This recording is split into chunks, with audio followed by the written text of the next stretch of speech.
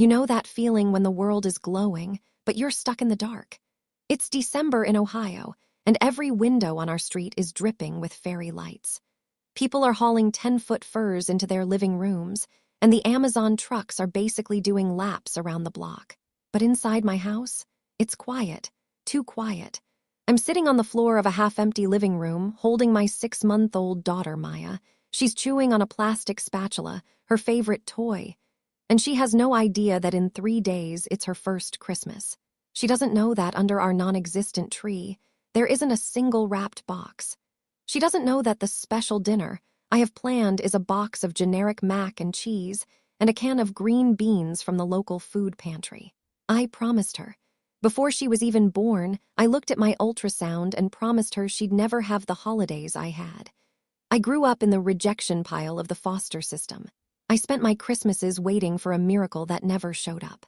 And here I am, 26 years old, broke, struggling to breathe because of a heart condition I didn't ask for, watching my husband stare at the wall because he just got laid off from the plant. I'm failing her. That's the only thought in my head. I'm failing my baby. Let's rewind a bit so you get the full picture.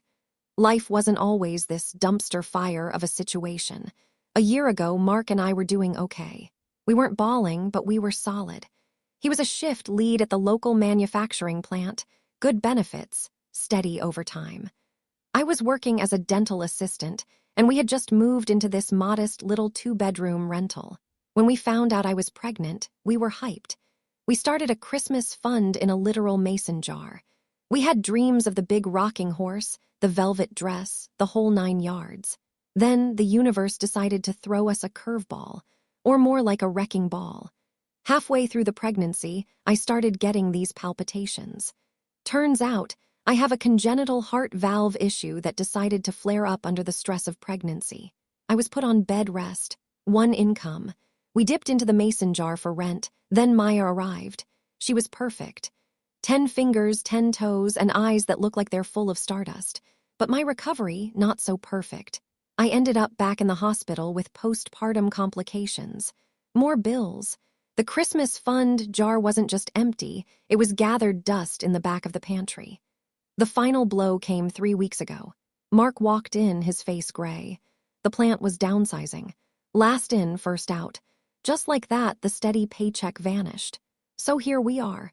It's 20 degrees outside, the heat is set to 62 to save money, and I'm wearing 3 sweaters while I nurse my baby. We've reached the point of no return. The point where you have to choose between a gallon of milk and a pack of diapers. I see the perfect Instagram moms posting their Christmas Eve boxes and their $500 toy hauls. I see the matching silk pajamas and the curated trees. And then I look at my daughter, who is wearing a hand-me-down onesie with a faint mustard stain, and I feel this hot, stinging shame in the back of my throat. I did something I never do. I went on a local community forum, one of those mommy groups, and I vented. I didn't ask for money. I just typed, "My baby's first Christmas is going to be empty. No gifts, no tree, no dinner." I failed the one promise I made her. How do you keep going when you have nothing to give? I expected people to judge. Honestly, the internet can be a savage place. I expected comments like, "Why did you have a kid if you couldn't afford one?" Or "Get a job." I sat there, staring at the screen, my heart thumping that weird, irregular rhythm. I felt like a charity case. For someone who grew up wanting to be independent, acknowledging that the food bank was the only reason we had cereal in the morning was like swallowing broken glass. Mark saw me on the phone. He's been a ghost lately. He feels like less of a man because he can't provide. He doesn't realize that him staying up at 3 a.m. to rock Maya so I can rest my heart is worth more than a paycheck. But he's stuck in that traditional mindset. "Don't look at that stuff, Sarah," he muttered, tossing a stack of past due notices on the counter. "It'll just make you feel worse." I just needed to say it out loud, Mark. It's her first one. She's supposed to have a picture with a mountain of toys. "She's 6 months old," he said, his voice cracking. "She wants to eat your car keys and pull my beard. She doesn't need toys." But he was wrong. In my head, if I didn't give her a perfect Christmas, I was letting the cycle of my own childhood win. I was proving that poverty was an inheritance I couldn't escape. I checked the post an hour later. My notifications were blowing up, but it wasn't what I thought. There was this woman, Mama Bear 74, who wrote, "Honey, listen to me. My son's first Christmas was in 1992. My husband was in jail and I was living in a shelter. I wrapped up a kitchen whisk and a bright red apple. He played with that whisk for 3 hours and ate the apple for lunch. Today, he's a surgeon. He doesn't remember the whisk. He remembers that I held him while we sang carols." Then another. "We did cardboard Christmas one year. We made a fort out of fridge boxes. Best year ever. Don't let the marketing win. Your baby needs your heartbeat, not a plastic toy made in a factory." And then the practical advice started pouring in. People told me about Toys for Tots. They told me about a local church 3 blocks away that did a secret Santa for families in the neighborhood. They mentioned Buy Nothing groups where neighbors give away gently used toys for free. I realized I was so busy looking at what I didn't have, I was blind to the community around me. But I was still stubborn. I didn't want handouts. I wanted to be the one buying the gifts. That night, Mark and I had our biggest fight. I told him we should go to the church giveaway. He exploded. "I am not a beggar, Sarah. I'll find a way. I'll sell my truck." "And then how do you get to interviews?" I yelled back. "It's not begging, Mark. It's a bridge. We're in a storm and they're offering an umbrella. Why are you letting us get soaked just for your pride?" He walked out. The silence that followed was heavy. I sat in the dark, watching the snow fall outside, feeling like the Grinch had stolen my life, not just my Christmas. The next morning, it was Christmas Eve. The final countdown. Mark was gone before I woke up. I figured he went to clear his head. I spent the morning feeling sorry for myself, scrolling through those suggestions on my post. One stood out. A woman named Alina messaged me privately. She said, "I have a bag of clothes and some sensory toys my daughter outgrew. They're clean and high quality. I'm in the neighborhood. Can I drop them off? Also, I'm a retired nurse. I know about your heart condition.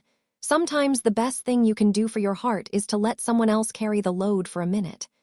I burst into tears. Real, ugly, sobbing tears. I messaged her back and gave her my address. 20 minutes later, a beat-up minivan pulled into the driveway.